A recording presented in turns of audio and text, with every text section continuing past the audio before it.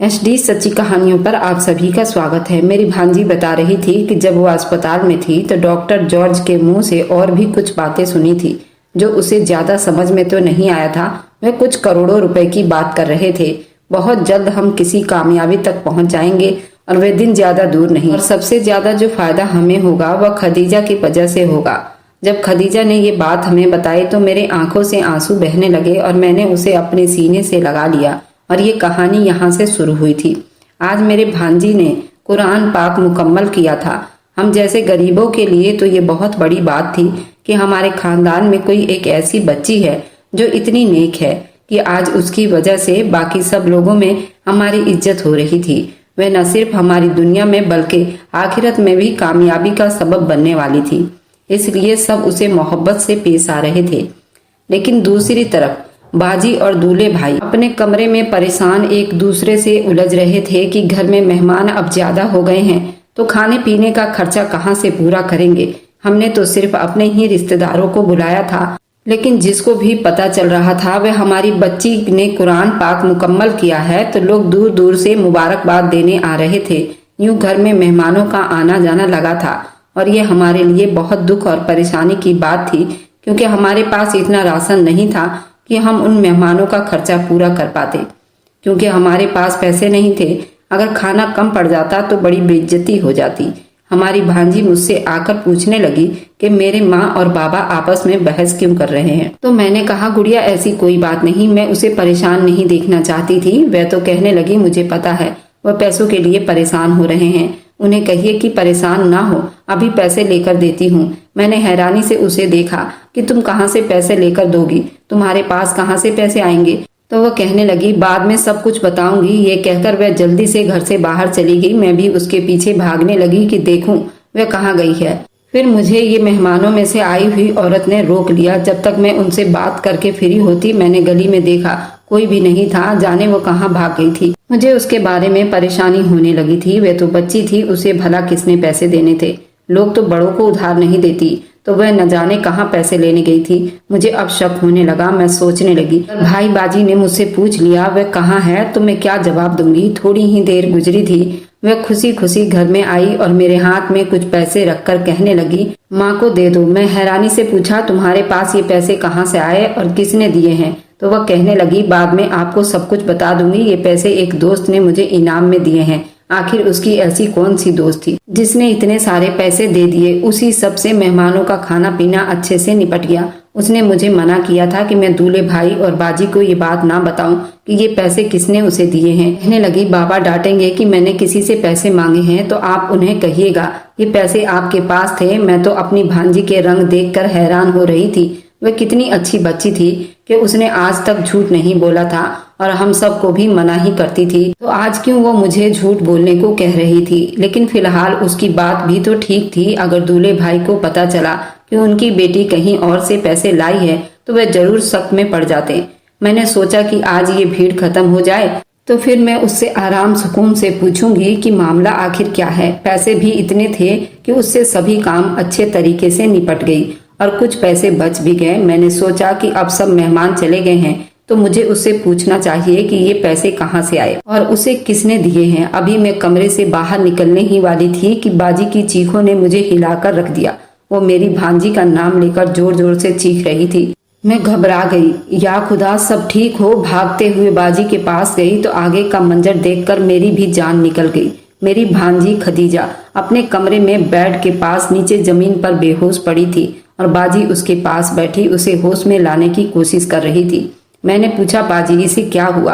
तो कहने लगी, मुझे नहीं पता इसे क्या हुआ था और कैसे हुआ। मैं तो अभी उसे खाना पूछने के लिए कमरे में आई तो देखा ये जमीन पर पड़ी हुई है। देखो, मेरी भी तो बात नहीं सुन रही। मेरी बच्ची को जरूर किसी की नजर लग गई है।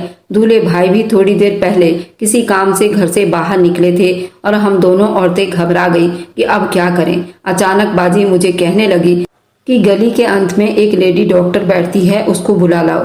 उसे कहो कि आकर मेरी बेटी को देखे इसे क्या हुआ है।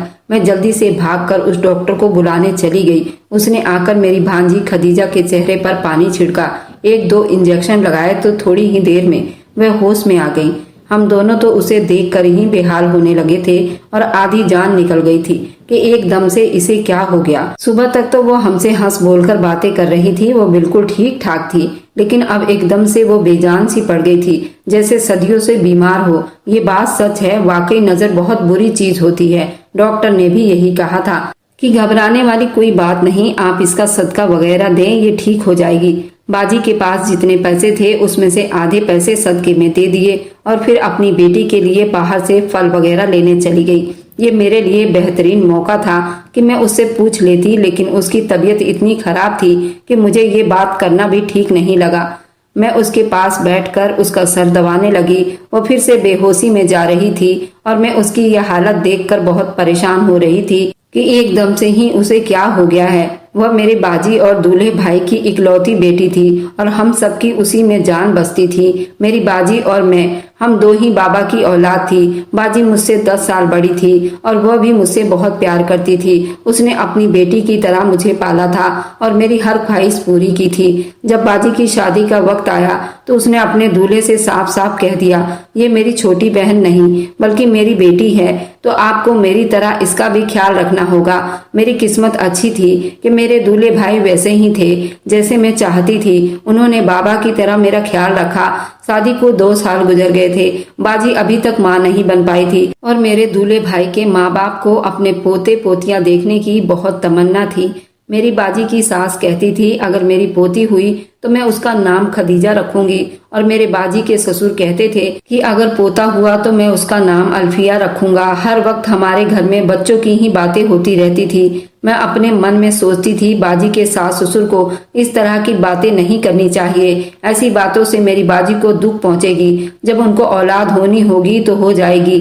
एक दिन बाजी के ससुर बाजी से कहने लगे, बेटा तेरे घर जब भी कोई औलाद होगी तो उनमें से किसी एक को हाफिजे कुरान जरूर बनाना। मेरी बड़ी बहन और दूल्हे भाई ने अम्मा बाबा से वादा कर लिया, लेकिन हम नहीं जानते थे कि दूल्हे भाई के माँ बाबा ये वादा क्यों कर रहे हैं, क्योंकि उनकी जिंदगी बहुत थोड़ी रह गई थी। पहले उनके बाबा को हार्ट अटैक हुआ और वे इस दुनिया को छोड़कर चले गए, और फिर उनकी माँ बाबा के जाने के बाद इतनी बीमार रहने लगी। 5 महीने के बाद ही वह भी दूल्हे भाई के बाबा के पास चली गई थी। दूल्हे भाई और मेरी बाजी तो बहुत परेशान हो गए थे। इस सूरत हाल में दूल्हे भाई ही थे जिन्होंने हम दोनों बहनों को सहारा दिया। इसी दौरान बाजी प्रेग्नेंट हो गई। ये खबर जैसे घाव पर मरहम जैसा था कि हमारे घर में दूल्हे भाई के माँ बाबा के जाने से जो उदासी हुई थी वह बाजी और दूल्हे भाई की औलाद आने से खत्म हो जाती। मैंने उन दिनों बाजी का बहुत ख्याल रखा, और जब बाजी के यहाँ पहली बेटी ने जन्म लिया तो मेरे दूल्हे भाई के माँ की ख्वाहिश के मुताबिक उसका नाम खदीजा रखा गया। वह एक बहुत ही प्यारी और तेज दिमाग वाली बच्ची थी। बचपन से ये हर क्लास में फर्स्ट आती रही और हम खुश थे इसी बच्ची को हाफिजे कुरान करवाएंगे, क्योंकि ये बात सही है। जब उसने 6ठी क्लास तक पढ़ लिया तो हमने उसे मदरसे में डाल दिया। आमतौर पर लोग 2 या 3 साल में हाफिजे कुरान कर लेते हैं, लेकिन हमारी बच्ची इतनी तेज दिमाग थी, उसने 1 साल में ही पूरा मुकम्मल कुरान हाफिज कर लिया। उसने ये सब करके सबको हैरानी में डाल दिया और अभी सिर्फ 13 बरस की थी। हर तरफ उसके चर्चे होने लगे और हमारे घर जो भी मेहमान आते उसके सदके जा रहे थे, उसकी बलाएं ले रहे थे और उससे सवाल किए जा रहे थे।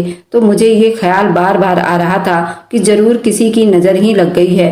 तभी तो मेरी भांजी इतनी बीमार पड़ गई। थोड़ी देर में बाजी आ गई और उसके लिए फल वगैरह लेकर आई, लेकिन उससे कुछ भी खाया नहीं जा रहा था। रात तक उसकी हालत और बिगड़ गई और हम उसे इमरजेंसी अस्पताल ले गए। उसकी बीमारी की डॉक्टर को भी समझ नहीं आ रही थी। डॉक्टर भी कहने लगे उसके अंदर ऐसी कोई बीमारी नजर नहीं आ रही जिसके इलाज हो सके। ये बिल्कुल ठीक है, लेकिन हम खुद हैरान हैं कि उसकी ऐसी हालत क्यों हो रही है। उसके बेशुमार टेस्ट किए गए, लेकिन टेस्टों में कुछ भी बीमारी पकड़ नहीं आ रही थी। हम तीनों खदीजा को लेकर बहुत परेशान थे और दुआएं मांग रहे थे कि वह ठीक हो जाए। 1-2 बार जब उसे थोड़ा सा होश आया तो मुझे अपने पास बुलाकर कुछ कहने लगी। मुझे उसकी बात समझ में नहीं आ रही थी और मैंने उसे ज्यादा बोलने से मना कर दिया कि तुम कुछ भी मत बोलो, बस आराम करो। लेकिन वह बहुत बेचैन थी, ऐसे जैसे मुझसे कुछ बताना चाह रही हो, लेकिन उसको इतनी हिम्मत नहीं हो पा रही थी। उसकी बीमारी पर जितने भी पैसे हमारे पास थे सब खर्च हो रहे थे। दूल्हे भाई एक फैक्ट्री में छोटी सी नौकरी करते थे और वहां से भी वो जितना एडवांस ले सकते थे उन्होंने ले लिया और अपने बच्ची की बीमारी पर लगा दिया। लेकिन हम सब की कोशिश बेकार चली गई। हम अपनी बच्ची को बचा नहीं पाए। थोड़े ही दिनों के बाद उसका इंतकाल हो गया। हम उसे अस्पताल से घर लेकर आ गए। वह दिन हमारे लिए क़यामत का दिन था। खुदा ऐसी आजमाइश किसी पर ना लाए। घर में मैयत पड़ी हो और कफन दफन के लिए घर वालों के पास एक भी रुपया ना हो। हमने सारे पैसे तो उसकी बीमारी पर लगा दिए थे, अस्पताल के खर्च और बाकी टेस्ट वगैरह पर। और अब ये हाल था कि हमारे पास कफन दफन के पैसे नहीं थे। इतनी हिम्मत नहीं हो रही थी कि रिश्तेदारों को फोन करके कह देते। अभी इसी परेशानी में थे। पड़ोस में से नर्स चली आई। परेशानी का कारण पूछा तो जब उसे पता चला तो कहने लगी, मेरे पास आप लोगों के परेशानी का एक हल है। हमने बेचैनी से पूछा क्या, तो कहने लगी, अपनी बेटी की लाश को एक दिन के लिए हमारे अस्पताल में जमा करवा दो तो तुम लोगों को बेटी की कफन दफन के साथ लाखों रुपए मिलेंगे। मैंने उसे गुस्से से कहा, ये तुम कैसी बातें कर रही हो कि हम अपनी बेटी को तुम्हारे अस्पताल वालों के हाथों बेच दें? तो कहने लगी, नहीं ऐसा कुछ नहीं है, सिर्फ एक रात के लिए, वह भी सिर्फ इसलिए कि हमारे अस्पताल के ईसाई डॉक्टर तुम्हारे हाफिजे कुरान बेटी पर एक्सपेरिमेंट करना चाहते हैं। मुझे ये सब ठीक नहीं लग रहा था। मैंने पूछा किस तरह का एक्सपेरिमेंट करने वाले हैं? कहने लगी, वह सिर्फ देखना चाहते हैं कि इसका दिमाग कितना तेज था। इसके लिए वे बस एक टेस्ट करेंगे। उसके बाद तुम लोग अपनी बेटी को सुबह वापस ले आना और कफन दफन कर देना। मैंने उसे साफ साफ मना कर दिया, मैं ऐसा कुछ भी नहीं करूंगी। तो बाजी मुझे कहने लगी, तुम हो कौन मेरी बेटी की जिंदगी और मौत का फैसला करने वाली? मैं उसकी माँ हूँ और मुझे ये सौदा मंजूर है। मैंने हक्का बक्का होकर बाजी को देखा। उसने मुझसे आज तक ये बात नहीं कही थी। मैं उसकी बेटी के मामले में क्यों बोलती हूँ, तो फिर आज ऐसा क्यों? बाजी मुझे एक तरफ ले गई और कहने लगी, हमारा फायदा इसी में है कि हम इसकी बात मान ले। मैंने वजह पूछी। बाजी कहने लगी, मैं चाहती हूँ कि मेरी बेटी की कफन दफन शानदार तरीके से हो। मेरी बेटी हाफिजे कुरान थी, उसका इतना हक तो बनता है कि उसके शान शौकत से कफन दफन का बंदोबस्त किया जा सके। मैंने परेशानी से कहा, लेकिन बाजी हॉस्पिटल वाले न जाने हमारी बच्ची के साथ और क्या करेंगे? तो बाजी रोते हुए कहने लगी, क्या ही कर लेंगे, अब तो मेरी बेटी मर गई है, अब उसके साथ क्या हो सकता है? तुम बस चुप रहो, हमारे पास इसके अलावा और कोई हल नहीं। दूल्हे भाई भी ये सब करवाने के लिए मान नहीं रहे थे, लेकिन बाजी ने उन्हें भी मना लिया और हमने अपनी फूल सी बच्ची के मुर्दा शरीर को नर्स के हवाले करनी पड़ी। दूल्हे भाई उसे खुद अस्पताल छोड़कर आए थे जहां से उसकी मैयत आई थी। नर्स ने सिर्फ एक रात का वादा किया था और वे रात हम तीनों ने बड़ी मुश्किल से जागते हुए गुजारी। हम तीनों ही खदीजा को याद करके रो रहे थे। उसकी बचपन से लेकर अब तक की बातें याद कर रहे थे। अचानक मुझे याद आया, उसने मुझे बताना था कि उसने हाफिजे कुरान करने की खुशी में दावत वाले दिन वह पैसे कहाँ से लेकर आई थी और शायद बाद में भी वह बिस्तर में पड़ी थी। तो यही बात बताने के लिए मुझे बार बार अपने पास बुला रही थी, लेकिन मौत ने उसे इतनी मोहलत ना दी। काश वह मुझे बता देती तो मैं कुछ भी करके जिसके उसने पैसे लिए थे उसे वापस कर देती, ताकि मेरी भांजी के सर पर कोई कर्ज न रहता। जैसे ही रात गुजरी और सुबह हुई तो हम सब जल्दी से अस्पताल की तरफ भागे, अपनी बच्ची के मैयत को ला सके, लेकिन हैरान रह गए। वहां पर बहुत भीड़ लगा हुआ था। दूल्हे भाई एक आदमी से पूछा, यहाँ पर इतने लोग इकट्ठे क्यों हैं? तो कहने लगा कि अस्पताल में कोई हादसा हो गया है कि वहाँ पर काफी हल्ला गुल्ला था। भाई ने एक आदमी को पूछा कि यहाँ पर इतने लोग क्यों इकट्ठे हुए हैं? तो वो कहने लगा कि अस्पताल में आग लग गई है। ये सुनते ही हमारी तो जान निकल गई और उस कमरे की तरफ भागे जिसमें हमारी बच्ची को रखा गया था। लेकिन ये देखकर तो हम कांप कर रह गए थे कि आग उसी के कमरे में लगी हुई थी जिसमें हमारी बच्ची थी। बाजी चीखने लगी और उनको दौरे पड़ने लगे। दूल्हे भाई आगे बढ़कर उस कमरे में जाने लगे, लेकिन उन्हें सिक्योरिटी गार्ड ने रोक लिया। कुछ पता नहीं था आग वहां पर कैसे लगी और किसने लगाई। कमरे के अंदर जो कुछ भी था वह जलकर राख हो गया था। दूल्हे भाई गुस्से से कहने लगे कि मैं अस्पताल के प्रबंधक पर केस करूंगा, लेकिन फिलहाल वह गरीब आदमी थे, उनकी कौन सुन सकता था। वह नर्स हमारे पास आकर कहने लगी, ये सिर्फ एक हादसा था, खुदा को ऐसा ही मंजूर था, आप लोग क्या कर सकेंगे? कुछ भी तो नहीं। अभी तो डॉक्टर ने उसके ऊपर कोई एक्सपेरिमेंट भी नहीं किया था, लेकिन वादे के मुताबिक आपको लाखों रुपए मिलेंगे, जिससे आपकी सारी जिंदगी सुकून से गुजर जाएगी। मुझे तो ये समझ नहीं आ रहा था कि आग सिर्फ उसी के कमरे में ही क्यों लगी। बाकी कमरे तो बिल्कुल ठीक थे, न जाने क्यों।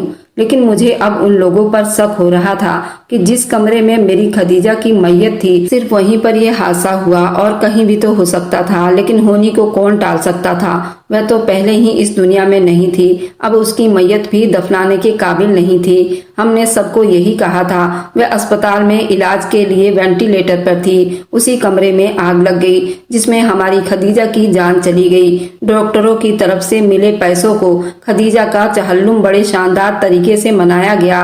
हालांकि मैं नहीं चाहती थी हम अपने बच्ची के बदले में पैसे वसूल करें, लेकिन कहते हैं ना कि पैसा इस दुनिया की सबसे बड़ी हकीकत है, तो ऐसा ही था। अब उन्हीं पैसों से हमारे घर का चूल्हा जलने लगा था, क्योंकि दूल्हे भाई तो उनके फैक्ट्री वालों ने काम से निकाल दिया था और अब जब तक उसे कोई नया काम नहीं मिलता, हम उन्हीं पैसों में गुजारा करने पर मजबूर थे, वरना हम भूख से मर जाते। मैं भी घर के हालत को देख रही थी और सोच रही थी मुझे भी कोई नौकरी कर लेनी चाहिए। मगर मुझे पढ़ाई का बिल्कुल भी शौक नहीं था और मैंने 8वीं के बाद पढ़ाई छोड़ दी थी। लेकिन अब मुझे एहसास हो रहा था कि काश मैं थोड़ा और पढ़ लेती तो आज इस मुसीबत और मुश्किल वक्त में अपने बाजी का सहारा तो बन जाती। मेरी शुरू से ही पढ़ाई करने का मन नहीं करता था और मेरी बाजी मुझसे कहती थी कि मैं तो पढ़ नहीं सकी, लेकिन तुम तो पढ़ लो। मगर वह भी मुझे और ज्यादा पढ़ाने के लिए फोर्स ना कर सकी। 8वीं करने के बाद मैं घर बैठ गई। ना तो कोई हुनर सीखा और ना ही मेरे पास कोई डिग्री थी और आज मुझे बहुत अफसोस हो रहा था कि मैं अपनी जिंदगी की इतनी कीमती साल बर्बाद कर दिए। आज अपने घर के हालत बदलने में अपना कुछ किरदार ही अदा कर पाती। अब मुझे कोई अच्छी नौकरी तो नहीं मिल सकती थी, तो मैंने सोचा ये सफाई सुथरा का काम ही कहीं मिल जाए तो वह भी कर लूंगी। एक दिन उस अस्पताल के बाहर बोर्ड पर लिखा देखा, सफाई के लिए वर्कर की जरूरत है, तो मैं वहां चली गई। अस्पताल के स्टाफ ने मुझसे बातचीत की और कहने लगी, ठीक है, तुम्हें ये नौकरी मिल जाएगी, तुम कल से आ जाना। मगर उस वक्त मैंने देखा कि हमारी पड़ोसन मुझे देखकर वहीं पर आ गई और हैरानी से पूछने लगी, तुम यहाँ क्या कर रही हो? तो मैंने उससे कहा कि यहाँ पर सफाई के लिए आया की जरूरत थी, तो मैं इंटरव्यू देने आई थी और उन लोगों ने मुझे रख लिया है। तो मेरी बात सुनकर उसके चेहरे के रंग बदल गए। मुझसे कहने लगी, नहीं, तुम यहाँ पर नौकरी नहीं कर सकती। मैंने बड़ी हैरान होकर पूछा, क्यों नहीं कर सकती? और उन लोगों ने तो मुझे खुद रख लिया है, मैं कल से नौकरी शुरू कर दूंगी। तो वो मुझे देखकर बड़ी जल्दी से उस कमरे में भागी जहाँ पर अस्पताल के प्रबंधक के कुछ लोग बैठे हुए थे। मैं उसके रवैया को लेकर सोचने लगी कि उसे क्या हो गया है, भला इसे मेरी नौकरी से क्या समस्या पैदा हो सकता था। मैंने पीछे मुड़कर देखा तो मुझे वे औरत उन लोगों से कुछ बातचीत करती हुई नजर आई। उसके बात करने के अंदाज में ऐसी सनसनी थी कि लग रहा था जैसे बहुत ही कोई खुफिया बात कर रही हो। उन लोगों ने भी मुझे शीशे से बाहर से देखा तो मुझे न जाने क्यों ऐसा लगा कि अंदर मेरी ही बारे में बात हो रही है। कुछ मिनट के बाद नर्स मेरे पास आकर कहने लगी, तुम अंदर चलो, तुम्हें अंदर बुलाया जा रहा है। जब मैं उसके साथ कमरे में गई तो मुझसे कहने लगी, हम माफी चाहते हैं, हम आपको ये नौकरी नहीं दे सकते। असल में ये नर्स पहले से ही किसी और से वादा कर चुकी थी, नौकरी उन्हें मिलेगी और हमें याद नहीं था, हमने आपको रख लिया। लेकिन हमारी बहुत पुरानी स्टाफ है तो हमें उनकी बात की लाज रखनी होगी, इसलिए आप जा सकती हैं। मैं बहुत दुखी होकर वहां से निकल आई, लेकिन मैं उलझ भी गई थी। उन्होंने तो पहले हाँ कर दी थी, फिर उस नर्स के कहने पर उन्होंने मुझे वहां से क्यों निकाल दिया? उसको मुझसे क्या दुश्मनी थी? उसने मेरी नौकरी नहीं होने दी। मुझे कहने लगी, असल में मेरी कामवाली ने मुझे कई दिनों से कह रखा था कि अगर अस्पताल में आया की जरूरत हो तो मैं उसे जरूर बताऊं। तो मैंने उसे वादा किया था, अब मैं अपने वादे के खिलाफ नहीं जा सकती थी, इसलिए मुझे मजबूरन ये कदम उठाना पड़ा। मुझे माफ कर दो, लेकिन मैं कोशिश करूंगी तुम्हें किसी और अच्छी जगह पर नौकरी पर रखवा दूंगी। तुम्हें आया की नौकरी करने की क्या जरूरत है? तुम पढ़ी लिखी तो हो, मैं कोशिश करूंगी तुम्हें कोई अच्छा काम दिलवा दूंगी। मेरी बड़ी हमदर्द बन रही थी, लेकिन मुझे उसकी किसी भी बात का यकीन नहीं आया। मुझे उसकी नीयत में ही कुछ फितूर लग रहा था और मुझे उसकी ये बात भी झूठी लग रही थी कि मेरी जगह वह किसी और को नौकरी पर रखने का वादा कर चुकी थी। अगर ऐसा होता तो फिर अस्पताल वालों को बाहर पोस्टर लगाने की क्या जरूरत पड़ गई लगाने की। खैर, मैं उससे और ज्यादा उलझना नहीं चाहती थी। इसलिए चुपचाप अस्पताल से बाहर निकल आई। घर आकर भी उसके रवैया पर हैरान परेशान होती रही और सोचती रही आखिर उसने मेरे साथ ऐसा क्यों किया, लेकिन मुझे कोई भी पुख्ता नतीजा समझ में नहीं आया। अगले दिन मैं फिर से नौकरी की तलाश में घर से बाहर निकली तो वापसी पर उस अस्पताल के सामने से गुजरी तो देखा वह पोस्टर अभी तक वहीं पर लगा हुआ था।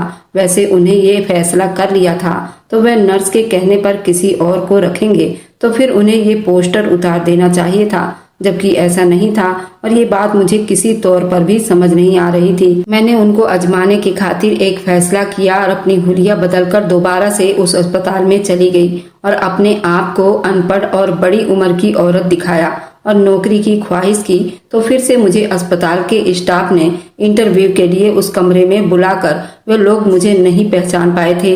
वे कुछ जरूरी सवाल के बाद कहने लगे, ठीक है, हमें आया की जरूरत है, कल से तुम काम पर आ जाना, लेकिन इस अस्पताल के कुछ रूल्स है, तुम्हें अपने काम से काम ही रखना होगा और किसी भी मामले में तुम दखल अंदाजी नहीं करोगी। अगर इस तरह का कुछ भी रिएक्ट किया तुम्हें इस नौकरी से निकाल दिया जाएगा। मैं घर वापस आ गई, नौकरी तो मुझे मिल गई थी। अब मुझे ये मालूम करना था वह नर्स ऐसा क्यों नहीं चाहती थी कि मैं वहाँ पर ना जाऊँ। शायद वह पड़ोसी थी इसलिए वह नहीं चाहती होगी मैं उसके किसी खुफिया काम के बारे में जान लूं, या उसे ये डर होगा कहीं मैं उसके आसपास ही रहूंगी तो उस पर मेरी नजर पड़ती रहेगी। यही वजह थी जिसकी वजह से वह घबरा गई थी और उसने मुझे वहां से निकलवाने की प्लानिंग की थी। अब मैं अपना हुलिया रोज बदलकर वहां पर जाती थी। एक दो बार वह भी मेरे सामने से गुजरी लेकिन उसने मुझे नहीं पहचाना। मैं उस पर नजर रखने लगी तो ये जानकर मुझे बहुत हैरानी हुई कि वह डॉक्टर के साथ एक खास कमरे में जाती थी। उस डॉक्टर के साथ ही उस नर्स के अलावा किसी नर्स को भी अंदर जाने की इजाजत नहीं होती थी और सिर्फ कुछ ही डॉक्टर उस कमरे में जाते थे।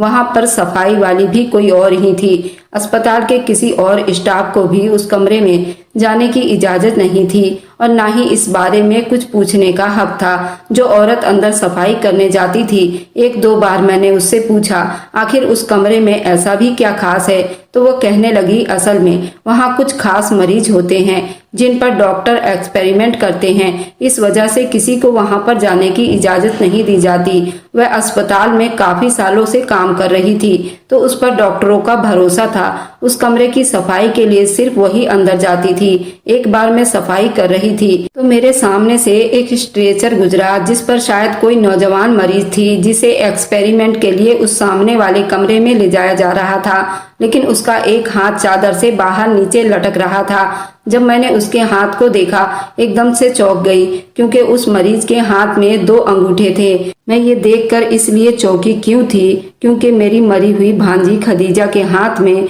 2 अंगूठे थे। पहले मेरे दिमाग में ख्याल आया कहीं ये खदीजा तो नहीं, लेकिन फिर मैंने खुद को डांटा, वह भला यहाँ पर कैसे हो सकती है, उसको तो गए हुए 2 महीने होने वाले हैं। लेकिन न जाने क्यों मेरे अंदर से बार बार यही आवाज उठ रही थी कि मुझे आगे बढ़कर उसके चेहरे से चादर हटाकर देखना चाहिए कि आखिर वह है कौन, और शायद मैं ऐसा कर भी लेती। लेकिन उस वक्त डॉक्टर स्ट्रेचर को लेकर कमरे के अंदर चले गए और दरवाजा बंद हो गया। मेरा दिल बार बार यही कह रहा था स्ट्रेचर पर मेरी भांजी होगी, लेकिन फिर मैंने ये सोचा हमने अपनी भांजी की मैयत को दफनाया भी तो नहीं था, लेकिन उसने हमारे नजरों के सामने ही दम तोड़ा था। अब उसके जिंदा होने का सवाल ही पैदा नहीं होता। ये कोई और बच्ची थी जिसको देखकर मुझे अपनी भांजी का वहम हो रहा था। उसी दिन इत्तेफाक ऐसा हुआ मेरे साथ काम करने वाली मुझे कहने लगी कि मेरी तबीयत बहुत खराब है और डॉक्टर साहब के आने से पहले मुझे इस कमरे की सफाई भी करनी है, तो क्या ये मुमकिन है आज तुम मेरी जगह चली जाओ, लेकिन किसी को बताना मत वरना मेरी नौकरी भी जा सकती है, क्योंकि इस कमरे में मेरे अलावा आज तक कोई नहीं गया। उसने अपने कपड़ों से अपने नाम की किट मेरे कपड़ों पर लगा दी और मैंने अच्छे से अपने मुंह पर मास्क लगाकर उसकी जगह उस कमरे में सफाई करने चली गई। वहां पर वह सुबह वाली मरीज एक मशीन के नीचे लेटी हुई थी और उसके चेहरे पर सफेद रंग की चादर थी। न जाने वह जिंदा थी या नहीं। सफाई करते हुए मेरा ध्यान बार बार उसी के ऊपर जा रहा था। इससे पहले कि मैं उसके चेहरे से चादर हटा कर देखती, उस वक्त डॉक्टर के साथ वह नर्स भी अंदर दाखिल हुई। उस मरीज की कंडीशन देखने के बाद वे लोग वहां से चले गए और जाते हुए मुझे भी कहने लगे, तुम भी हमारे साथ चलो, क्योंकि अब हम इस कमरे में ताला लगाने वाले हैं। मैं चुप उनके साथ कमरे से बाहर आ गई। मैं अपनी साथी औरत से पूछा, उस कमरे में जो मरीज है, क्या तुम उसके बारे में जानती हो कि वह कौन है? तो वो कहने लगी, मुझे उसके बारे में नहीं पता, बस इतना पता है कोई बच्ची है, बड़ी ही प्यारी है। न जाने किस माँ बाप ने अपनी बच्ची को डॉक्टर के एक्सपेरिमेंट करने के खातिर डॉक्टर के हाथों अपनी बच्ची को बेच दिया है। बच्चे का नाम सुनकर मेरे दिल को कुछ होने लगा। इसका मतलब था इस वक्त उस स्ट्रेचर पर कोई जवान मरीज नहीं बल्कि कोई बच्ची ही थी। अगले दिन मैंने खुद उसे कहा कि तुम्हारी तबीयत अभी भी मुझे ठीक नहीं लग रही, तो आज मैं न सिर्फ उस कमरे की बल्कि जहाँ जहाँ तुम्हारी ड्यूटी है हर जगह तुम्हारे हिस्से की सफाई कर दूंगी। तो उसने खुश होकर आज भी अपनी जगह मुझे भेज दिया। मैंने जाते ही उस बच्ची के मुंह से कपड़ा हटाने की कोशिश की। उस वक्त दरवाजा खुलने की आवाज आई। मैं जल्दी से मशीन के नीचे जाकर छुप गई।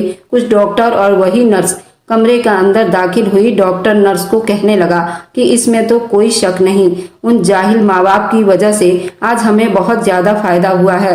वह नर्स कह रही थी इसलिए तो कि घर वालों ने उसे कुरान हाफिजा करने के लिए मदरसे में डाला था। हमारे यहाँ मदरसे में ज्यादातर वही बच्चे जाते जो बहुत सही हो, वरना आप खुद ही सोचो कि इतनी बड़ी किताब जिसमें 30 पारा हो, क्या वह आसानी से आम लोगों को याद हो सकता है? कभी भी नहीं। ऐसा तो सिर्फ वही बच्चे कर सकते हैं जो दिमाग से तेज हो।